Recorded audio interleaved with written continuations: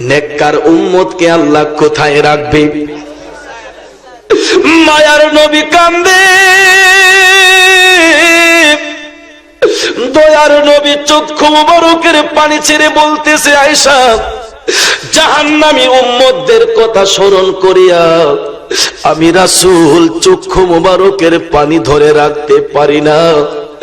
আয়েশা সিদ্দিকা বলতেছেন, নবী গো, আপনার জাহান্নামী উম্মতদেরকে আল্লাহ কোথায় রাখবে? হাজিরিন, নূরের নবী, জিন্দা নবীজি ডাক দিয়ে বলে, আয়েশা, জাহান্নামী লোকদেরকে আমার আল্লাহ খোলা আকাশের নিচে দাঁড় করায়া গো, আকাশের সূর্যটাকে মানুষের মাথার মাত্র 3 ইঞ্চি পরিমাণ দূরত্ব রাখা হবে। বিজ্ঞান প্রমাণ করেছে বাবা, বর্তমানে সূর্যের দূরত্বটা পৃথিবীর জমিন থেকে 9.5 লক্ষ মাইল উপরে। কতটুকু? গভীর মনোযোগ। 9.5 লক্ষ মাইল দূরের সূর্যের ভাউপিটের তাপটা আমাদের গায়ে এখন আসে না। ওই 9.5 লক্ষ মাইল উপরের সূর্যের উল্টো পিঠের তাপটা বর্তমানে আমাদের গায়ে এখন লাগে বাবা গো। বিজ্ঞান প্রমাণ করেছে 9.5 লক্ষ মাইল উপরের পৃথিবী থেকে সূর্যের দূরত্ব।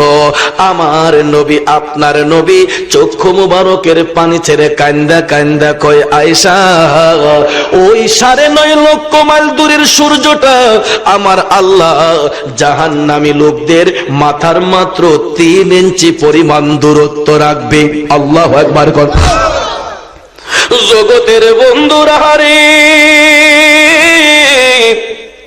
ওই আমার চাপুর গ্রামের বাবারা, আমার মা বোনেরা, গভীর মনোযোগ।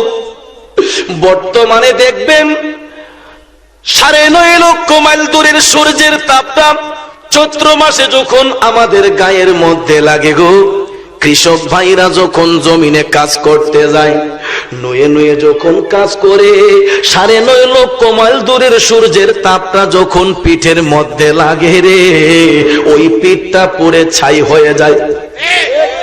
আমার ভাইয়েরা, গলাটা শুকিয়ে যায়। রোদের তাপ যখন গায়ের মধ্যে লাগে, কাজ করতে করতে গলাটা যখন শুকায়া যায়, কৃষক ভাই বাবারা হাতের মধ্যে গ্লাস নিয়ে একটার পর আরেকটা গ্লাস পানি পান করতে লাগে। লাগে কিনা? রোদের তাপ যখন সইতে পারি না, 9.5 লক্ষ মাইল দূরের সূর্যের তাপটা যখন জমিনে লাগে, দেখবেন খালি পায়ে আমরা শুকনো বালির উপর দিয়ে হাঁটতে পারি না। ঠিক কিনা? বড় লোকদের গায়ে যখন সেই রোদের তাপটা লাগে, শরীর দিয়ে যখন ঘাম ঝরতে থাকে, গরমটা সইতে না পারে দেখবেন ঘরের মধ্যে দামি দামি এয়ার কন্ডিশন লাগাইয়া রাখে। কথা কোন ঠিক কিনা? নবী আবার কান্দে,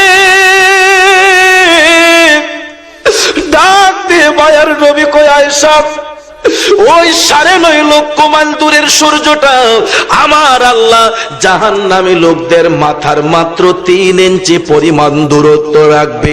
বাবা গো, চুলার মধ্যে ভাত পাক করলে ভাতের ফেন গোলা যেই রকম ঠকবক করে গো, জাহান্নামী লোকদের মাথার মগজটা ভাতের ফেনের মতো ঠকবক ঠকবক করবে।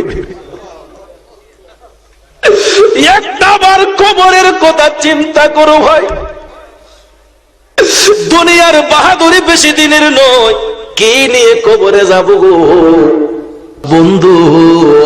ওই আযাবের কথা একটাবার স্মরণ করুন। আয়েশা সিদ্দিকা এই আযাবের কথা শুইনা যখন কান্না শুরু করে দিলেন, নবী গো, এই রোদের তাপটা, সূর্যের তাপটা মানুষ কেমনে সইব?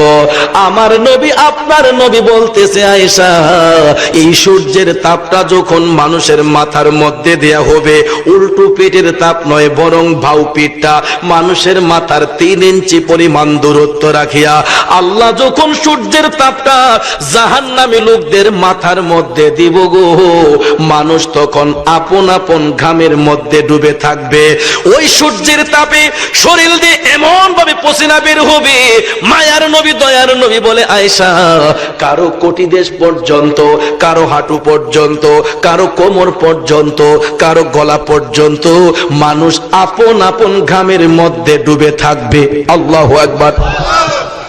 মা আয়েশা সিদ্দিকা কান্না শুরু করে দিলেন, নবী গো, ওই কঠিন মুহূর্তে কেউ কি কারো কথা স্মরণ রাখতে পারবে? মায়ার নবী দয়ার নবী কান্দা কান্দা কই, আয়েশা বিবি গো, তিনটা জায়গার মধ্যে কেউ কারো কথা স্মরণ রাখতে পারবে না। কয়টা?